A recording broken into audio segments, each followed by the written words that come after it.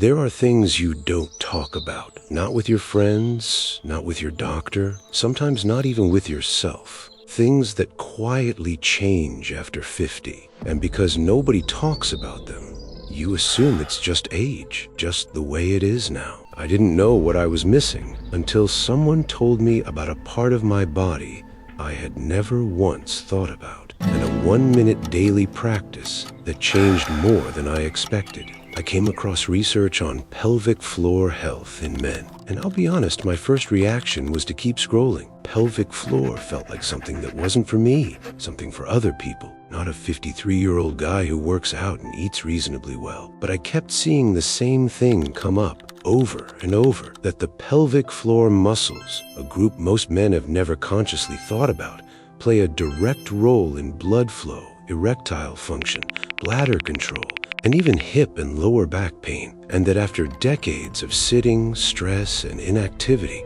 these muscles become chronically tight, not weak, tight. And tight muscles compress blood vessels, compress nerves, restrict exactly the circulation that performance depends on. I needed someone who could explain what was actually happening inside my body and what I could actually do about it. Dr. Jennifer Walsh, board-certified urologist and men's pelvic health specialist.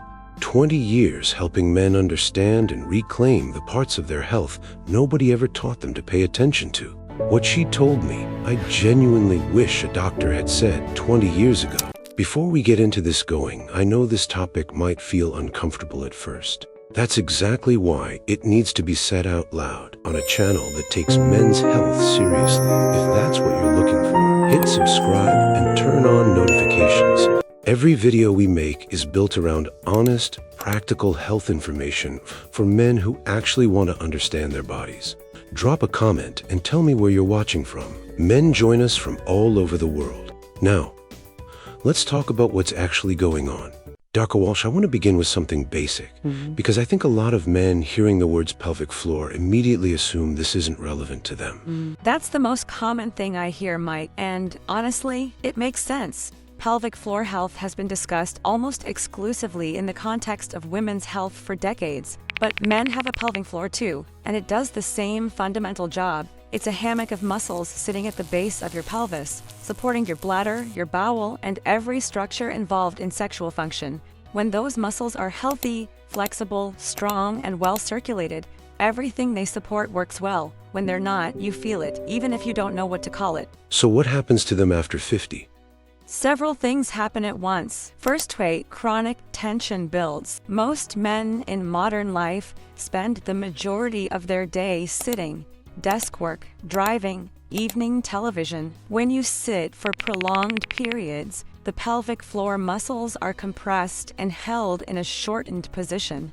Over years, they adapt to that shortened state. They become chronically tight, not from overuse, from being held in the wrong position for too long. Think of a rubber band left stretched around something for 10 years. When you finally remove it, it doesn't snap back the way it used to. It's lost its elasticity. That's what chronic pelvic tension does to tissue. Second, circulation slows. Tight muscles compress the blood vessels running through them. Less blood flow means less oxygen delivery to the tissue. Less oxygen means slower nerve response, reduced sensitivity, slower healing, and for men, directly reduced erectile capacity, because erections depend entirely on blood flow. So the tension is the root cause, not age itself. Age accelerates how quickly tension accumulates, but tension and the circulation loss it causes is the mechanism.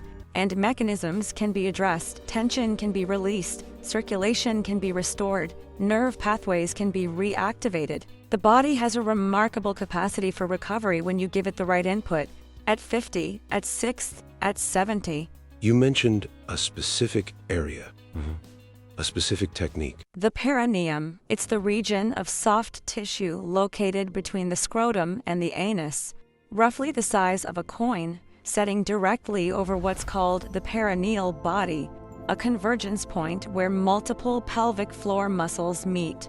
This area has been recognized in traditional medicine for centuries. Ayurvedic medicine. Traditional Chinese medicine.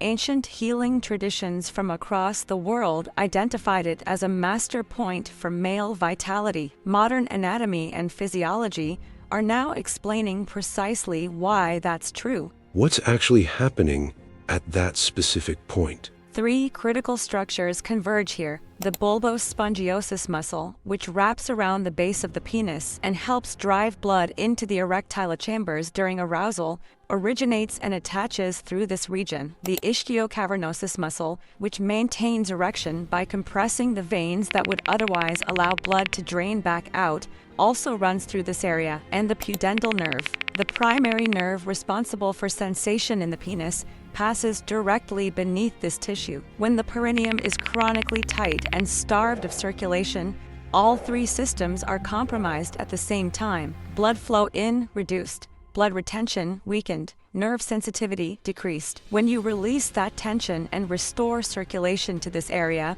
all 3 systems begin to recover simultaneously. And this can be done at home with a simple massage. 1 minute a day, yes, it is one of the most accessible, most evidence-supported, and most consistently underused tools in men's pelvic health. As a urologist, I teach this to patients regularly. Men in their 50s, 60s, 70s, men who came to me convinced their bodies were simply done with this part of life. Most notice real changes within 2 to 4 weeks, not because something extraordinary happened, because something simple and biological happened. Circulation was restored to tissue that had been quietly starved of it for years. Walk me through it exactly. Step 1. Find the right position. Lie on your back with your knees bent and feet flat on the surface, or sit on the edge of a firm chair, leaning slightly forward. You want your pelvis relaxed and accessible without straining your arm or your back. Step 2. Locate the area. The perineum sits midway between the scrotum and the anus. You'll feel a slight softness or indentation at the center point. If there's mild tenderness when you first apply pressure, that's actually useful information. It tells you tension is present in the tissue, and tension is exactly what you're working to release. Step 3. Apply pressure. Use your index and middle fingers together. Apply firm, steady pressure, similar to how you'd press to check whether a piece of fruit is ripe, firm enough to feel the tissue beneath, not enough to cause pain. Step 4. The massage itself. 60 seconds total. 3 options. Use whichever feels most natural to you. Option 1. Circular motion. 30 seconds clockwise, 30 seconds counterclockwise. Small, deliberate circles directly over the center point. Option 2. Press and release.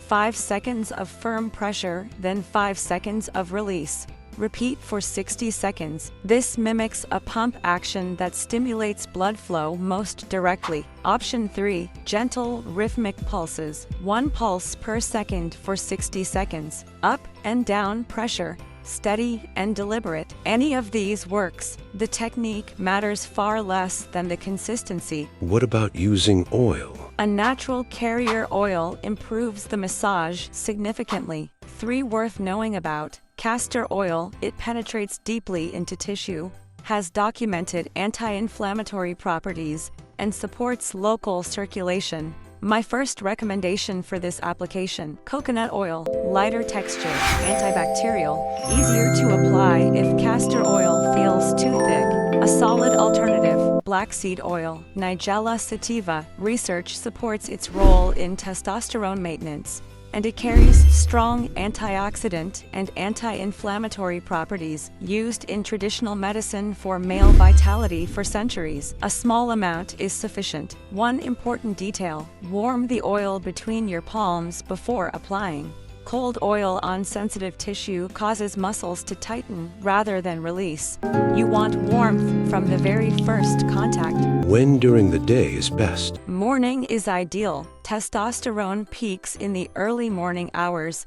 The body is most receptive to this kind of stimulation when hormone levels are naturally at their highest. Evening is effective too, particularly for men who want to improve nighttime or morning erections. The relaxation response carries into sleep. What I tell every patient, 1 minute every single day delivers dramatically more benefit than 10 minutes done sporadically. This is tissue rehabilitation. Tissue responds to repeated, gentle stimulus, not occasional intensity. Consistency is the entire strategy. I want to be honest about my own experience here, because I know some men listening are wondering whether this actually works, or whether it's just another piece of health content that sounds promising and delivers nothing. I started this practice 5 weeks ago. Morning, 60 seconds, castor oil, every day, without exception. The first week, almost nothing noticeable. Some tenderness in the area I hadn't been aware of before, which Dr. Walsh had told me to expect. The second week, something shifted. Stronger morning erections, more consistent than they'd been in a couple of years. Not dramatic, but undeniably real.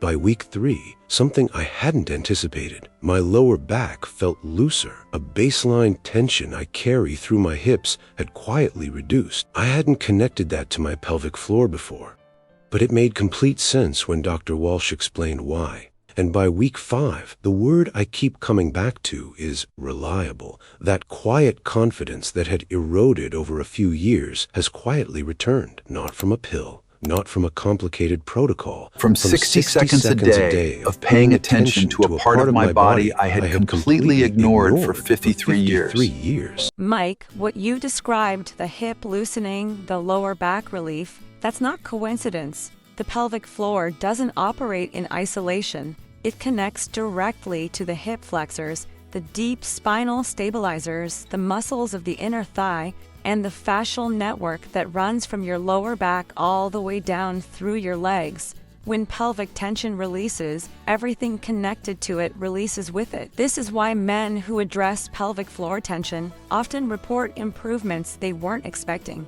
Bladder control improves because the muscles governing the urethral sphincter relax and strengthen properly. Hip mobility improves because the pelvic floor and hip rotators share deep fascial connections. Sleep quality can improve because chronic pelvic tension keeps the nervous system in a low-level state of alert, and releasing it allows deeper, more restorative rest. So this one small daily practice is reaching further into the body than just the obvious thing. The body is one connected system, Mike. Address tension at a central hub, and the effects radiate outward. That's why 60 seconds of daily massage can produce changes that feel disproportionate to the effort, because you're not just massaging a small patch of tissue.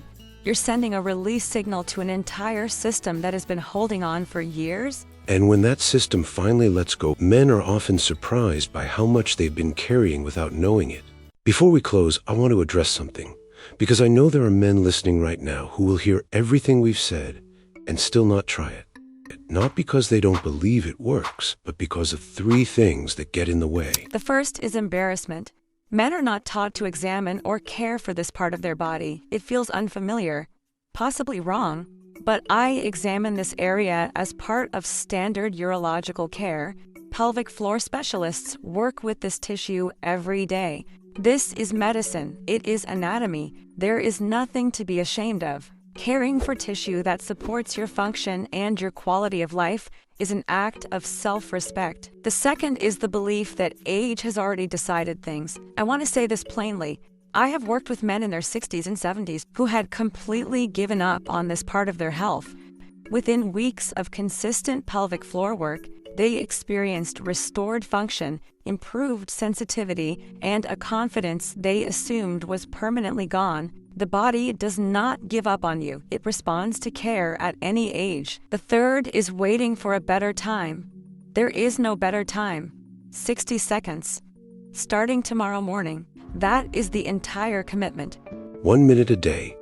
Find the perineum, the soft tissue midpoint between the scrotum and the anus.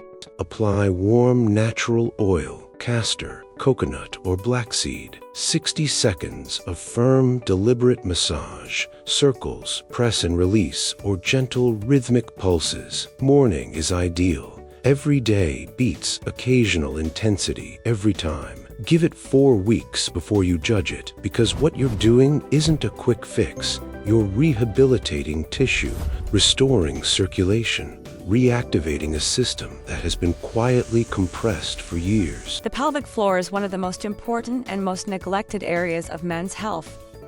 Men who do this don't just notice improvements in performance. They notice improvements in how they feel in their body every single day.